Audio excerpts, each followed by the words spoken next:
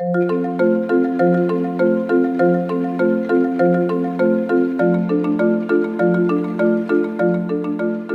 what I like to do now is I like to walk things up the corporate ladder from the receptionist to all the different calls. You're going to hear how my disposition, demeanor changes as well based upon who I'm chatting with. When you're talking to a secretary, sometimes it's good to bowl through the secretary as that powerful executive. Sometimes it's nice to be that guy next door that you just want to rescue and so on and so forth. And I feel that quickly and I adapt quickly to the tone of voice and what I hear on the other side of the line. I'm going to go from there. It's going to be the same kind of charity, except this time I'm going for, let's say, $1 million and to take the charity to a new level. And I've been researching this company as a company that could be of advantage to what I do. It's been a strategic call. And remember, this cold call is one of 15 to 20 cold calls I have set up for the day. Therefore, if I have to leave a voicemail or what have you, I can just quickly jump to the next call and keep in momentum. Okay, we're going to leave voicemails alone for a second, and we're just going to go straight through as I've reached everybody. We might do voicemails again after this. We feel this as we go. Okay, so I'm going to call the company now. None of this is rehearsed, so this is going to be fun. I don't know what I'm getting into, so cross your fingers for me. Hopefully I'll get this. So here we go. Ring, ring, ring. Hey, you've reached Acme Lighting Solutions. Hi, Acme Lighting Solutions. How are you today? Doing well, thank you. How are you? Okay, good. I often do that. I vocal mirror and I say the corporate name like that person owns that name, and I chuckle. And sometimes it actually gets a good chuckle on the other side. It didn't this time, so therefore I know I just got to go straight to business. Acme, I'd love to chat with someone in your finance division, your director of finance. Sorry, who would that be? That would be Nellie. Nellie, okay. Is Nellie available by chance? She is, actually. Okay. Thank you so much. Can you patch me through? Yeah, hang on one sec.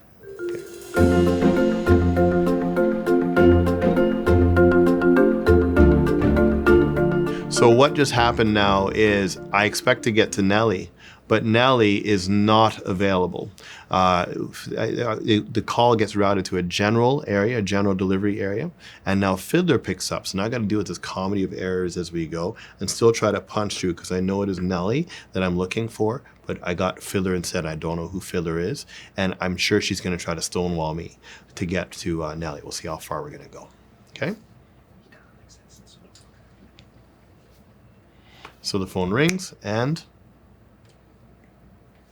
Hello, Fiddler at Acme. Oh, Fiddler. Sorry, I thought this was Nellie. Is this not Nellie's office? No, but I'm Nellie's assistant. Oh, you're Nellie's. Okay, thank you so much. I just got patched through by, I think it was Jack. I've been looking to connect with Nellie regarding some financial decisions in your organization. Is Nellie available by chance? She's just on another call right now. Okay. Will it be a long call? I can stay on hold. I'm not sure how long. Okay. Should I get her no to call problem you? at all. No problem at all. So I'll hold for a little bit. I got a few other things I can do, and then I'll just stay online. We'll chat in a bit. Thank you so much, Fiddler. You're welcome. Okay.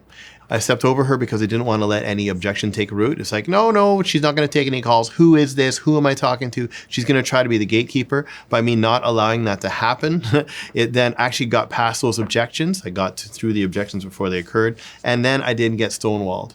Had she said, who am I speaking to? What's the nature of this call?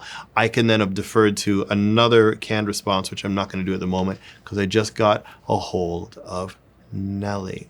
Nellie picks up and she says, Hello, good afternoon. Nellie Smith, VP Finance. Okay. And I just analyzed her tone of voice because this is now where the money's coming from. I'm getting ready to cut a check. So I'm now really listening to every morsel of what she just said. Her tone of voice, she said, She said, she had a little bit of stress there. She's not completely relaxed. I don't feel a whole bunch of arrogant power coming from her. And I don't fear a whole bunch of approachability either. So I'm going to come in somewhere in the middle. I'm going to vocal mirror her. Hi there, Nellie. It's Damian Spaulding giving you a call. How are you today? I'm doing well, thank you. Excellent. How can I help you? Good. I know your time is valuable, so I'll make this short. I work with an organization that feeds kids in a local area, and I know your organization gives to different charities throughout the year. I'm sure this is not the kind of call you want to feel in the middle of a busy workday, but I do want to spend a moment of your time if that's okay. actually do have a meeting in about 5 minutes. Sweet. So So I have permission to proceed. I have a 5-minute window to make this close. This is fantastic. Okay. Thank you so much for your time. I really appreciate the investment of your time. Well, a little bit about us. Here's where I go to the elevator speech, what makes us unique as an individual, me as a person, as well as the organization. However I do, I walk that through. That's going to be very well rehearsed from you right now. Okay. So you can just pull it out at any time as a standardized approach that we're going to get a standardized result. So I work with an organization by the name of ABC Feed the Children. And what we do is we actually feed children before they go to school, because I'm sure, as you can understand, you sound like a very busy person. Starting a day without a meal would be very difficult to get through the workday, correct? yes, I do understand that. Yeah, okay. So now we're in the first agreement, right? There's no no's. I still got to give her a no somewhere, but there's no no so far. That's fantastic. And we can agree, I'm a rational human being. Okay, so what we do is we take these kids now and we give them a good meal. The kids that normally can't afford a meal, because you know the inflation and the times we're in right now is a very trying time for many people. I don't know if it's been hit your company as well, or if your company's doing well, because I know that there's some boom bust cycles with organizations. Yes. Okay, so I got no answer. I got a non-answer. So I have no indicator of where the company is. I don't know if they're successful, if they're growing, if they're failing. I don't know. So I have no indicator. So I'm going to keep flying blind. And I'm not going to press it because we have no relationship. I can't ask that. That was a very bold question for me to ask. But I'm going to come back now. Okay. Yeah. So what we're doing now is we're blessing children. We're impacting kids in the local community by giving them a solid meal before they go to school. That way they can become what they want to become, not inhibited by the financial situations that their families might be in. Does that sound like the kind of charity you would give to as an organization? We would, but as you can imagine, with the kind of organization that we are, we typically would like to know a bit more about the charity. Understood. Absolutely understood. And the honest truth of it is the development that we're going through right now is no small change. We're actually looking for a substantial donation at this moment in time. Now, I know I've said that, I've dropped that, I'm waiting for an objection, but I'm also brought in curiosity, and I want her to stay curious as I go through other things. So with the developments of where we're headed right now, for example, we're moving from a local community to a much broader initiative as we're doubling things down. We're seeing such a literally starving need for our services in the area. What kind of charities, I'm checking your qualifications now, what kind of charities have you given to in the past? We typically support a lot of the corporate charities. So, for example, the United Way. Okay. We also support charities that are that support local children. Right. And we also support some charities overseas. Okay, excellent. And if you don't want me asking, is it in the thousands, tens of thousands, millions of dollars that you provision towards charitable corporations? We do have a budget set aside for charitable donations, yes. Okay. As a corporation, we typically do that. Okay, wonderful. Well, I'd love to be placed in a position that you can actually take some of those funds and put that towards what we do. Can we chat about this now? Is there a time, is there a life cycle that you do for charitable donations, or how does the organization work that way? Mind you, I'm keeping in mind, she gave me 5 minutes. We're at about minute 3. I got 2 minutes left to close this.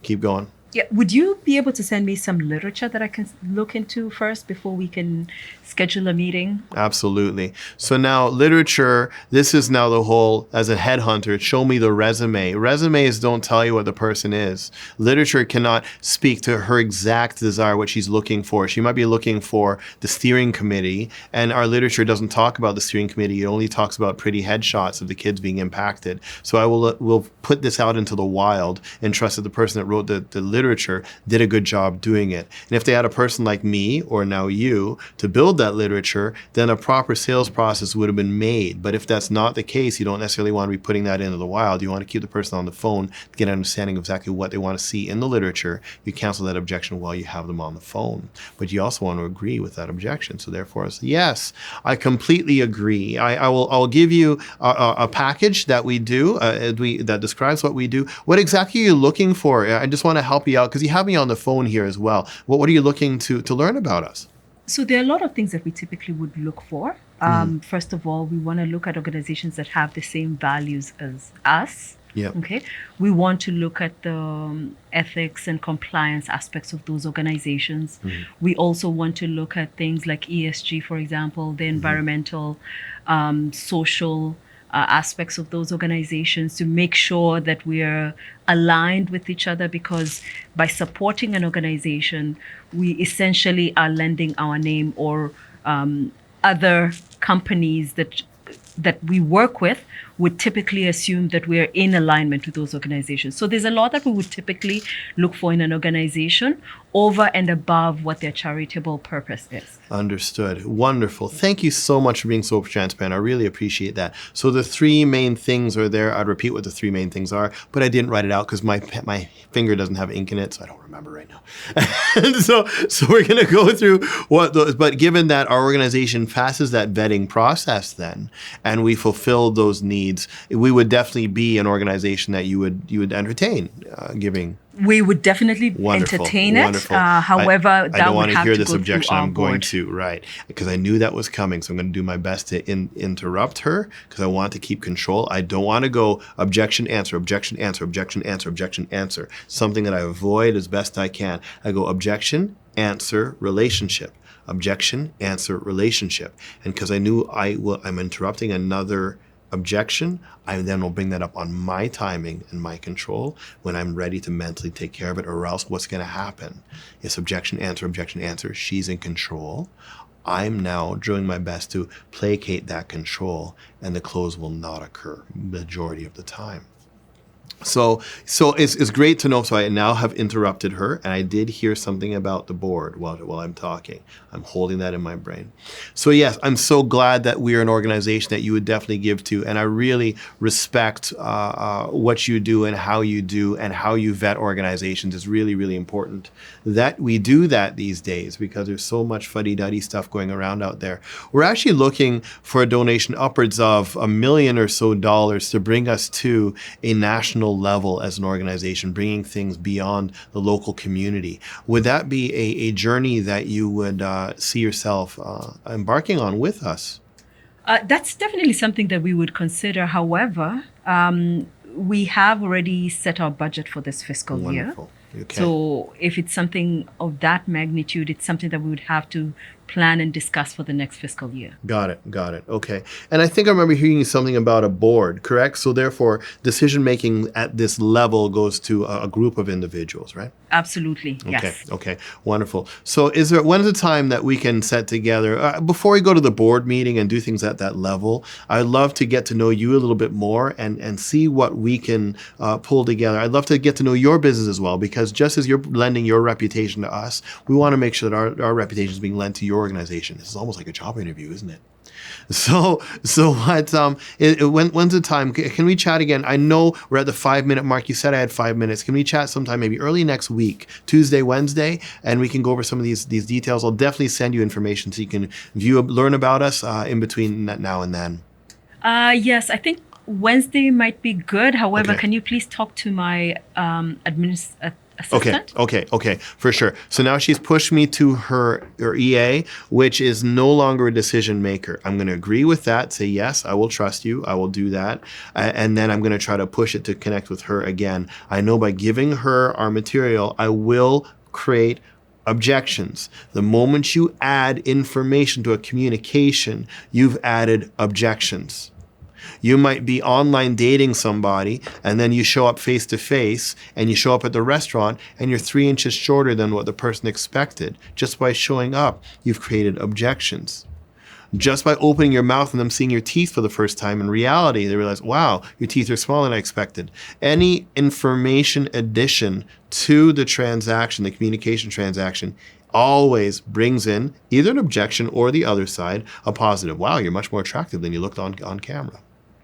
So I know full well that when I send her the material, it's going to come back with further objections that I'm going to have to overcome, and that's absolutely fine because I'm expecting it, and that's what I want. If it doesn't happen, then someone either did a really good job making the propaganda, all right, or there could be something missing and something needs to be communicated with me.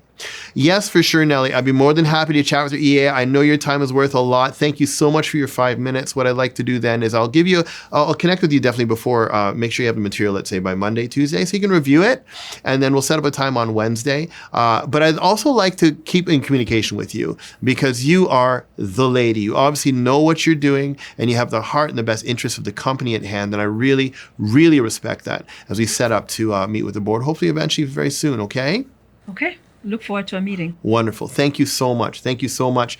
And we'll see you again on Wednesday. Thank you. Okay. Thank you. All right. That's all I got to say.